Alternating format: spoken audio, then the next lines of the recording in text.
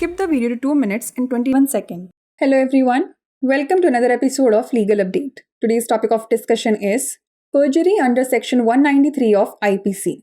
First, let us see why is it in the news. Recently, in the case of James Kunjwal versus State of Uttarakhand and others, while overturning a perjury proceeding, the Supreme Court established the criteria that must be met to initiate proceedings for perjury under section 193 of Indian Penal Code. Let's look at the background of the case. The appellant, accused of rape under the false pretext of marriage, was granted bail by the High Court, but the complainant later sought to have the bail cancelled. The High Court rejected the bail cancellation request but ordered the registration of an FIR for perjury due to inconsistency between the affidavits of the complainant and the appellant.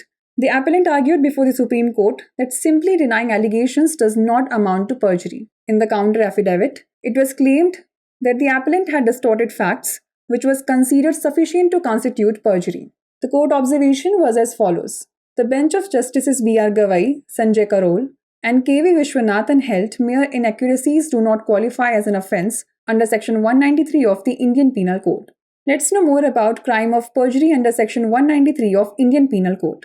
Perjury refers to the act of giving false evidence or fabricating false evidence in a judicial proceeding. Under Section 193 of the Indian Penal Code, 1860, it is an offence punishable by law. The punishment for perjury under this section can range from imprisonment for a term which may extend to 7 years, and the individual may also be liable to a fine. This section has now been replaced by Section 229 of the Bharatiya Nyaya Sanhita 2023.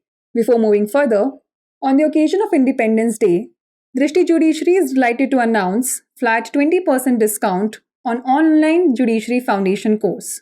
For more information, click the link given in the description below. Now here's a question for you. Which section of the Bharatiya Nyaya Sanhita has replaced Section 193 of IPC? Section 226, Section 227, Section 228 or Section 229? Send the answer to this question in the comment section. Like, share and subscribe for more such content. नमस्कार, legal update programme में आपका स्वागत है। आज हमारी चर्चा का विषय है भारतीय दंड संहिता की धारा 193 के अंतर्गत झूठी गवाही। सबसे पहले जान लेते हैं यह चर्चा में क्यों है। हाल ही में जेम्स कुंजवाल बनाम उत्तराखंड राज्य एवं अन्य के मामले में झूठी गवाही की कार्यवाही को पलटते हुए सर्वोच्च न्यायालय ने भारतीय दंड संहिता की धारा 193 के तहत झूठी गवाही के लिए कार्यवाही शुरू करने हेतु आवश्यक मानदंड स्थापित किए। आइए जान लेते हैं मामले की पृष्ठभूमि। विवाह का झूठा झांसा देकर बलात्कार करने के आरोपी अपीलकर्ता को उच्च न्यायालय ने जमानत दे दी थी, लेकिन बाद में शिकायतकर्ता ने जमानत रद्द करने की मांग की। उच्च न्यायालय ने जमानत रद्द करने के अनुरोध को खारिज कर दिया, लेकिन शिकायतकर्ता और अपीलकर्ता के हलफनामों में विसंगतियों के कारण झूठी गवाही के लिए FIR दर्ज करने का आदेश दिया। अपीलकर्ता ने सर्वोच्च न्यायालय के समक्ष तर्क दिया कि केवल आरोपों से इनकार करना झूठी गवाही नहीं है। प्रति हलफनामे में यह दावा किया गया कि अपीलकर्ता ने तथ्यों को तोड़ मरोड़ कर पेश किया था, जिसे झूठी गवाही के लिए पर्याप्त माना गया।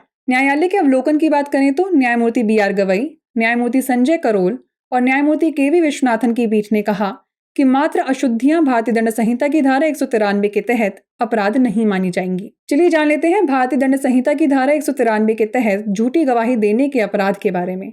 झूठी गवाही से तात्पर्य न्यायिक कार्यवाही में झूठे साक्ष्य देने या झूठे साक्ष्य गढ़ने के कृत्य से है। भारतीय दंड संहिता 1860 की धारा 193 के तहत यह कानून द्वारा दंडनीय अपराध है। इस धारा के तहत झूठी गवाही देने की सजा 7 साल तक की कैद से लेकर जुर्माना तक हो सकती है। इस धारा को भारतीय न्याय संहिता 2023 की धारा 229 द्वारा प्रतिस्थापित किया गया है। आगे बढ़ने से पहले आपको बता दें कि स्वतंत्रता दिवस के उपलक्ष्य में दृष्टि जुडिशरी आपके लिए लेकर आए हैं ऑनलाइन जुडिशरी फाउंडेशन कोर्स पर 20% डिस्काउंट। अधिक जानकारी के लिए डिस्क्रिप्शन में दिए गए लिंक पर क्लिक करें। आइए अब नोट कर लेते हैं अभ्यास प्रश्न। भारतीय न्याय संहिता की कौन सी धारा ने IPC की धारा 193 को प्रतिस्थापित किया है? धारा 226, धारा 227, धारा 228 या धारा 229? इसका उत्तर हमें कमेंट सेक्शन में जरूर भेजिएगा। ऐसी और वीडियोस देखने के लिए लाइक, शेयर और सब्सक्राइब करना ना भूलें। धन्यवाद।